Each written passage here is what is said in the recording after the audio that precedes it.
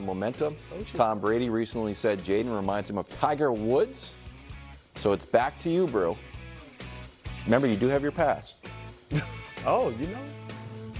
It's up to you. Pass. Who's going to pass it? Wow. Yeah, that's fine. I'll take it because this is a home run.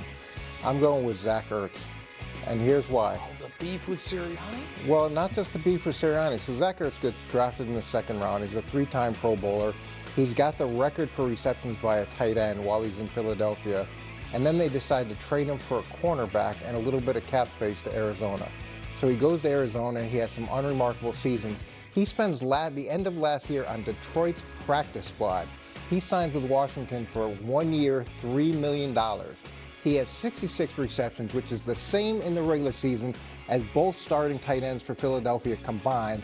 He's got double the touchdowns of both the tight ends combined, and now he's going back there after having hurt feelings with a chance to say, hey, maybe you shouldn't have gotten rid of me after all I did for the organization. Coach, and let me just help Coach out. And the last time they played, and the handshake line, Sirianni talked trash to him, had to give him a Zoom call the next day to apologize to him. That's a great answer, Coach. Not as good as this one. Jayden Daniels, here's why.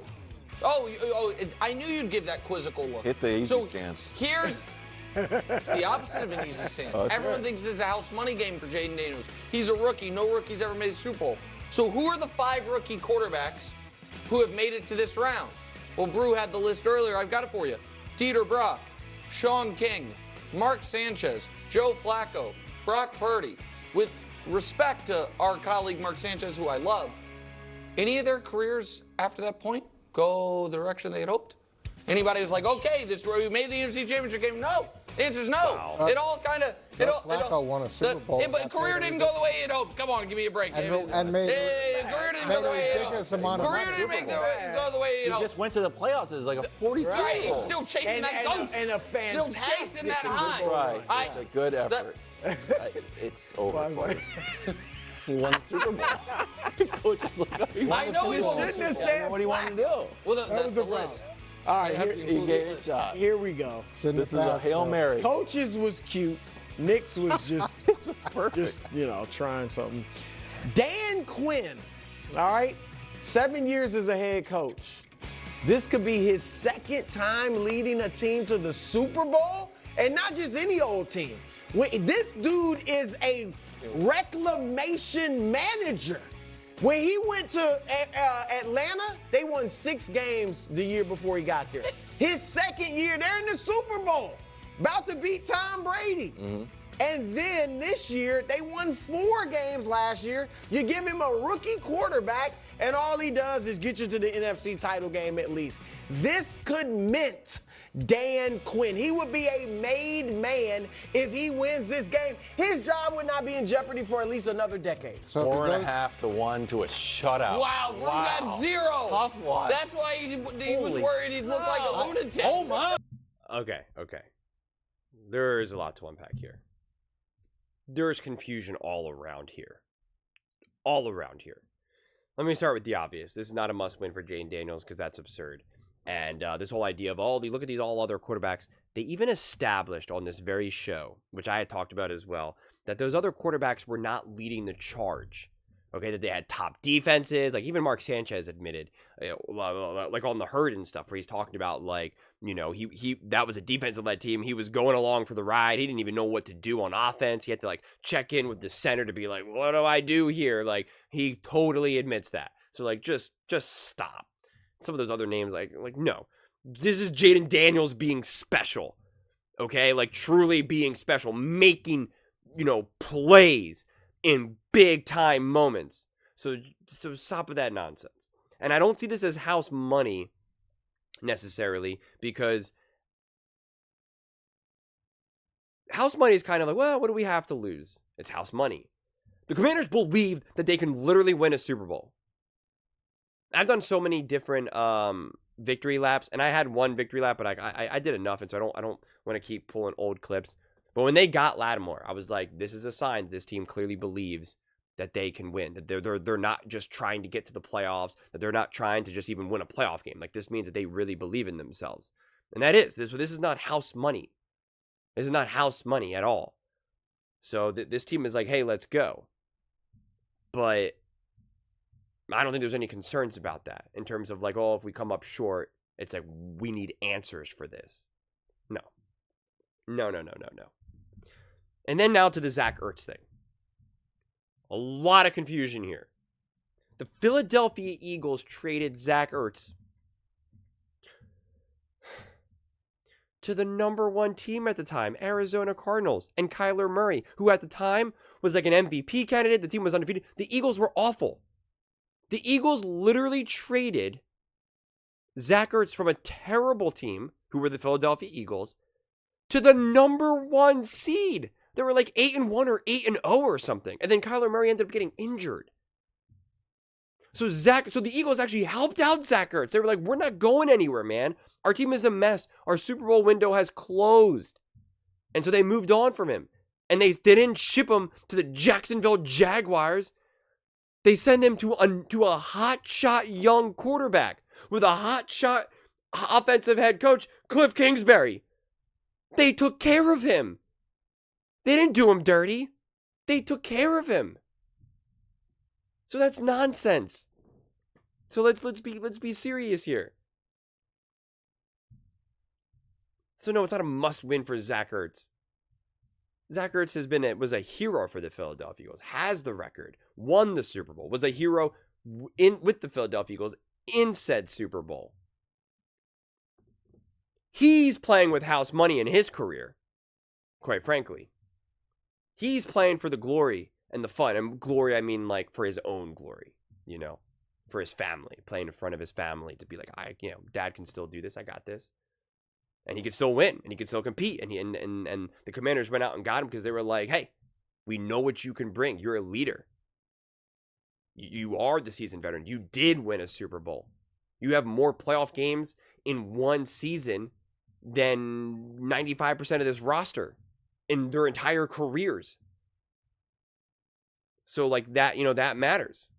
And I'm happy for Zach Ertz. I love when you see guys like that be able to get that. So putting a must-win on Zach Ertz, no. And then even Dan Quinn, he's got a rookie quarterback. It's a brand new season. He literally took this team from doing nothing for decades, and now they're in the NFC Championship game.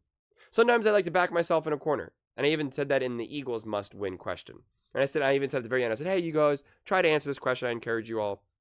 It's fun to do that. It's fun to back yourself in a corner and kind of force yourself to answer.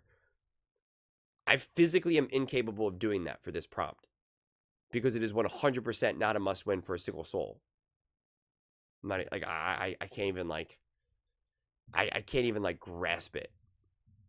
I mean like if I could really maybe find a couple players on there who are like just about done. They've never really been able to accomplish enough in their career. They've never been to a Super Bowl, never even been to an NFC Championship game or AFC Championship game for that matter. And it's just like they're done pretty much after the season. And I don't know what player that would necessarily be. I'm not going to go dig through the entire roster. I could be like, must win for that guy, because he's like, this is his last shot at glory.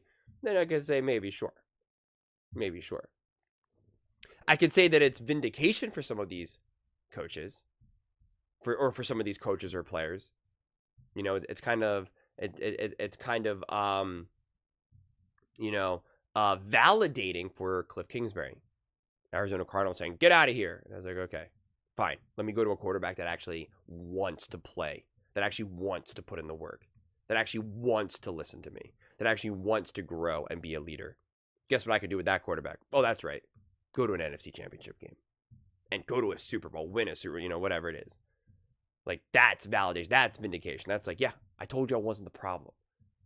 And Dan Quinn being ousted, right? Being like, I'm not a problem, man. I'm not a problem. Like, look what I can do. When you give me resources, when you give me a quarterback, when we put together a team, like, I can make magic. So there's some vindication around that can go around, but again, I don't see that as like a must win. And I also disagree this whole idea where if Dan Quinn gets to the Super Bowl, he's a made man and he can't be fired for the next 10 years. That's not true. That's 1,000% not true. If they come up short here, or if they win here, but then they lose in the Super Bowl, but then they like don't come back to an NFC Championship game for the next like 3, 4, 5 years, heck, 3 years, 2 years, Dan Quinn will be on the hot seat. they'll say how special Jayden Daniels is. You'll probably start to hear people be like, Cliff Kingsbury should be the head coach. You know, like it is. It's what have you done for me lately? Now, if he won a Super Bowl, then I feel like he could be like, yes. And now, would he be a made man in the sense of like he would always be able to get another job? I do believe that. If he got to a Super Bowl and then came up short, I think then, like, if let's say the Commanders wanted to move on from, and again, this is obviously all completely hypothetical because I am trying to play this game, and the Commanders were just kept coming up short and they could never get over the hump, and then Dan Quinn gets fired. Yeah, then any of those random teams like the Jacksonville Jaguars, maybe the Dallas Cowboys, I mean, who knows what they're up to in 2029 or something. Then I get, then it's definitely an easier path forward for Dan Quinn to like get another head coaching job. But yeah, this is one of those segments when it's just kind of like, we got 4 teams to talk about. We've already praised Jayden Daniels as much as we can. We've already talked about Dan Quinn's influence on this team, Cliff Kingsbury's play calling, and the Commanders' rise from nothing to something, and how awesome it is. And now it's like, who's this a must-win for?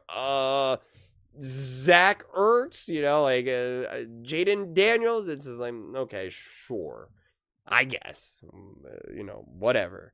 But I'm all for the hypotheticals. I love them, but like even for this one, I'm just kind of like, I could unpack what I think a win would do for all of the individual players and situations, but like, I don't know. But those are just my thoughts. I'd absolutely love to hear yours. What do you guys all think about the Washington Commanders? Who do you think that this is for? Who do you think this is a must-win for? And I'll say the same thing that I said in my Eagles video. I encourage you guys to try to answer this question for the sake of fun, if you can. If not, obviously I struggled with it as well. But let me know in the comments below. I read every single comment, so whether you agree with me or disagree with me, either way, let's get in some discussions. Let's get in some fights. But ultimately, let's just have some fun. And please do consider subscribing. We're building an amazing community here, and I absolutely love to see you part of it. I want to build something that we all genuinely feel connected to. Something that we're really excited to be part of. I think we're on our way to doing it. Please don't forget to give this video a thumbs up, as it really does help the visibility and the algorithm. Thank you so much. See you next time.